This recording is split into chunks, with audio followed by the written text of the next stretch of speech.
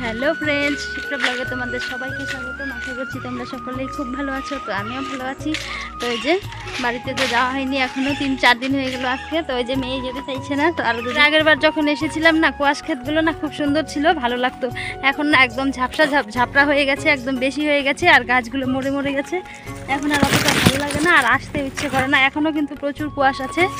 তো এই যে এখন তো গাছ কেটে দেওয়ার পালা। আর কত লাউ যে ধরে আছে, এই জায়গাটা সাপ থাকে কিন্তু বাবাই। তো এই যে দেখো এখানটায় ওই যে লাউ আছে, এটা কার? এটা এই যে দেখো কত মিষ্টি লাউ ধরে আছে। এই যে ভিতরে আছে, আরো দেখো দেখাচ্ছি তোমাদের ব্যাক ক্যামেরা। এখানটায় আছে দুটো, তারপরে এই যে ভিতরে আছে। তো এই যে এখানটায় আছে, এইখানটায় মানে লাউ, ওই লাউ মানে কি বলবো তোমাদের, মানে গুনে সারা যাচ্ছে না, এত লাউ ধরে আছে। রান্না করার জন্য। তো এই যে ছোট ছোট মানে একটা কাটলেই হয়ে যাবে এরকমটা, বেশি বড়গুলো কাটলে আবার থেকে যাবে। তো জানলাটা এখন নিচু হয়ে গেছে, তো হাঁটা যায় না জানলা নিচ দিয়ে। আর এই যে এখানটায় দেখো একটা কত বড় দেখো ঝুলে আছে, এই যে দেখো। মানে খাওয়ার থেকে না দেখে মনটা ভরে যায়। মিষ্টি লাউ আর কত খায় বলো? এমনিতেই গা ব্যথা করছে, হাত পা কোমর ব্যথা করছে, মিষ্টি লাউ খেয়ে আরো ব্যথা হয়ে যাবে।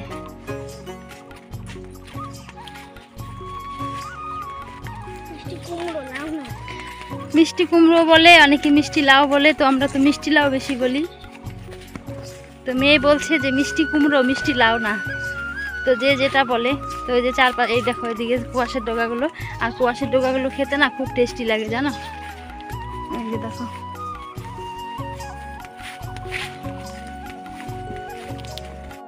তো বন্ধুরা, যে মিষ্টি কুমড়োটা নিয়ে আসলাম, তো এখন এটাকে কাটবো। তো এটা মিষ্টি কুমড়ো দিয়ে আর হচ্ছে পুঁই শাক দিয়ে রান্না করবে। আমি এটাকে কাটবো, তো ভিতরটা কীরকম বের হয় সেটাই কিন্তু দেখার অপেক্ষায় আছি। তো এই যে ভিতরটাও কিন্তু অনেক সুন্দর বেরিয়েছে, একদম হলুদ বেরিয়েছে। তো এখনও ভালো করে পাকেনি, তো পাকে কিন্তু উপরটা লাল হয়ে যায়, হলুদ হয়ে যায়, ভিতরটা কিন্তু আরও সুন্দর কালার হয়। তো এই যে এখনও আরও অনেক পাকার বাকি আছে। তো আর কত যে মিষ্টি কুমড়ো ধরেছে সেটা তো তোমাদের দেখালামই। তো ছোট বড় মানে মাঝারি অনেক রকমের সাইজের ধরেছে। তো এই সাইজটাই এনেছি যে একটা কাটলে হয়ে যাবে, তাও পুরোটা লাগবে না, অনেকটাই হয়ে গেছে। তো দাদা এনেছে ছোট্টা পুঁই শাক এনেছে, তো সেটা দিয়েই মানে ঘ্যাট খাওয়ার জন্য আলু পুঁই শাক আর মিষ্টি কুমড়ো দিয়ে কিন্তু খুব ভালো লাগে খেতে। আর মিষ্টি কুমড়োতে কিন্তু প্রচুর পটাশিয়াম থাকে। আমরা বলি যে মিষ্টি কুমড়ো খেলে যে শরীর ব্যথা করে, এগুলো কিন্তু এমনিতেই বলার কথা, এমনিতেও ব্যথা হয়, এমনিতেও ব্যথা হয়। তো এই যে মিষ্টি কুমড়ো কিন্তু খুব ভালো একটা সবজি।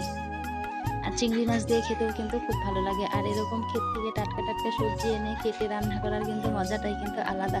তো দেখো বাজারেও কিন্তু পাওয়া যায়, কিন্তু বাজারের জিনিসের থেকে বাড়ির ক্ষেতের জিনিসের কিন্তু মজাটাই আলাদা। আর এটাতে কিন্তু সার বিষ একদমই থাকে না। বন্ধুরা, এই যে রেডি হয়ে সেজে গুজে একটু এই যে পাশে বিয়ে আছে, তো ওখানে যাচ্ছি। তো যেতে চাইনি, তো আমাকে ছাড়া ওরা কেউ যেতে চাইছে না। তো চলো যাওয়া যাক, তোমাদের সাথে পরে শেয়ার করবো।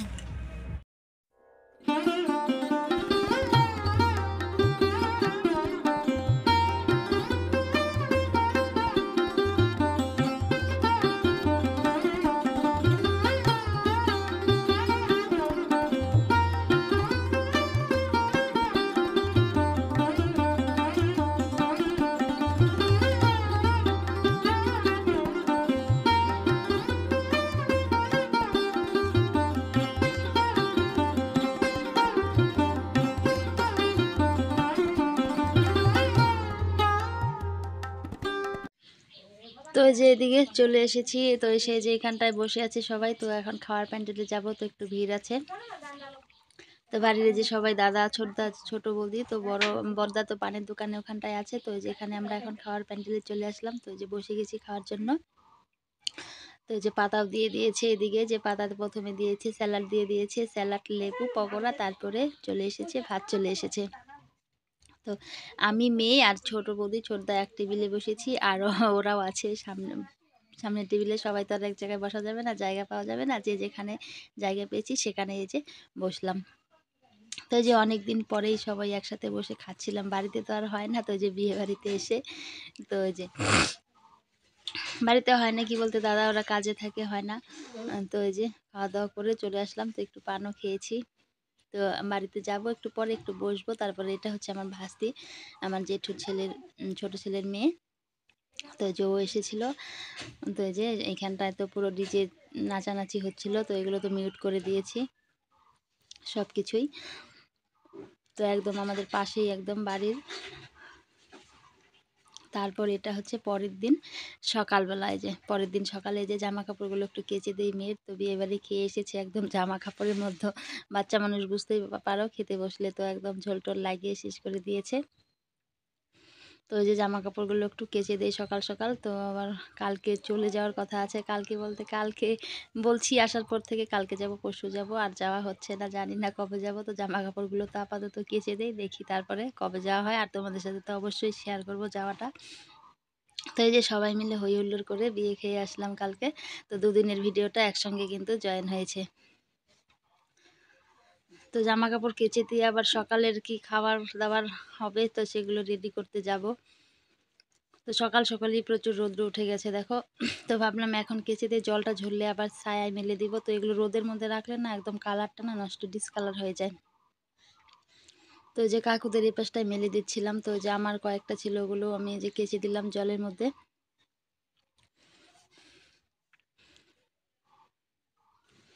আর নতুন জামা কাপড় না সবসময় উল্টো করে দিতে হয়, উল্টো নতুনই কি পুরনোই কি উল্টো করে রোদে দিলে কিন্তু কালারটা কিন্তু সোজা দিকের কালারটা কিন্তু ভালোই থাকে। অনেকে দেখি সোজাভাবেই দিয়ে দেয়, কিন্তু উল্টো করে রোদে দিয়ে তারপর হালকা শুকিয়ে গেলে কিন্তু এই সময় কিন্তু ছায়া নিয়ে আসতে হয়, কারণ এমনিতে এখন টানের দিন তো ছায়াতেই কিন্তু শুকিয়ে যায় জামা কাপড়। তো এই যে জলগুলো ঝরলেই কিন্তু আমি জামা কাপড়গুলো ছায়াতে নিয়ে আসবো।